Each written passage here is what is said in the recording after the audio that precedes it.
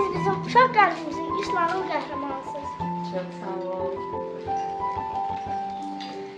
Biz sizi sevməyi öyrəndik. Siz bizim əbədi yaddaşımızda qalacaqsınız. Əlvida demək istəmirəm, çünki sizi xatırlayacağam. Sizler. Səbriniz və sevginiz bizi daha da yüksəltdi. Əziz müəllimim, bir əhval dinlərlə qəlbimizdə qalacaqsınız. Siz de benim. Siz bizim qəhrəmanımızsınız. Ən şirin sözlər sizdəydi. Sizin gülər üzünüz sinifimizi şəfsadır. Ən gözəl müəllim sizsiniz. Mənə məktəbi sevdirən siz oldunuz, Əziz müəllimim. Yolumuz sizinlə başladı. Siz bize yazmağı öğretdiniz ama sizin sevginizi yazmaq olmur. Əziz müəllimim, siz mənim yolumu işıqlandıran ilk günəşim oldunuz. Siz bizim ilham mənbərimizsiniz. Səbdiyiniz üçün min təşəkkür.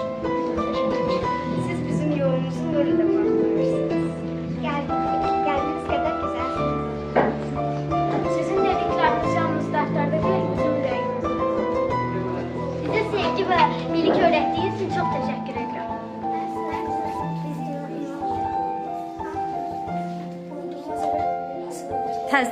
Təzdən de.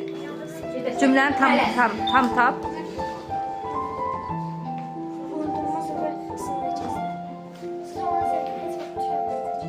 Sizin o gülər üzünüz məktəbə gəlmək üçün bir səbəb. Mən bir də sizi sevdim. Çok sağ olun. Ben de sizin her birinizi sevdim.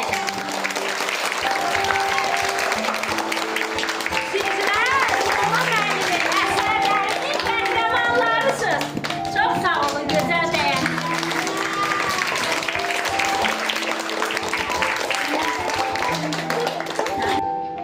Unutulmaz ömür sizin necəsidir.